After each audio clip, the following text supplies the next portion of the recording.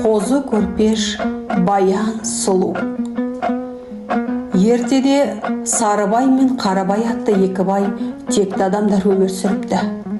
Екеуінде ұзақ уақыт перзенті болмай, Алладан тілек тілеп жүрген кездер екен. Бір күні екеуі аңға бірге шығып, достықтың белгісі ретінде серттеседі. Бірімізге ұл, бірімізге қыз бұйырса, екеуін бесікте атастырып, құда болайық деседі. Алайда сол сапарда кенеттен Сарыбай жазым болып, аң үстінде қайтыс болады. Қарабай досының жанын құшақтап, аманатын арқалап, елге жалғыз оралады. Арадан уақыт өтіп, Сарыбайдың артында дүниеге бір қыз Баян, ал Қарабайдың үйінде бір ұл Қозы дүниеге келеді. Ел жұрт қуанып, екі әулетті бесік құда деп атап кетеді. Қозы жігіт болып ер жеткенде, ақылымен, батылдығымен көзге түседі. Баян да бой жетіп, кербез сұлу, жұрт мақтаған, ибалы қыз болып өседі.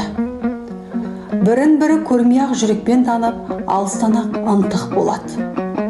Алайда дүние қоңыз, байлықты ғана ойлайтын Қарабай сертін ұмытып, қызын бай, күші зор Қодар деген дәуге қосуды ниет етеді.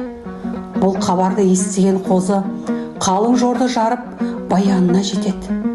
Екі жас алғаш көрген сәттен-ақ бірін-бірі махаббаттарының мәңгі екенін түсініп, айрылмасқа сөз байласады.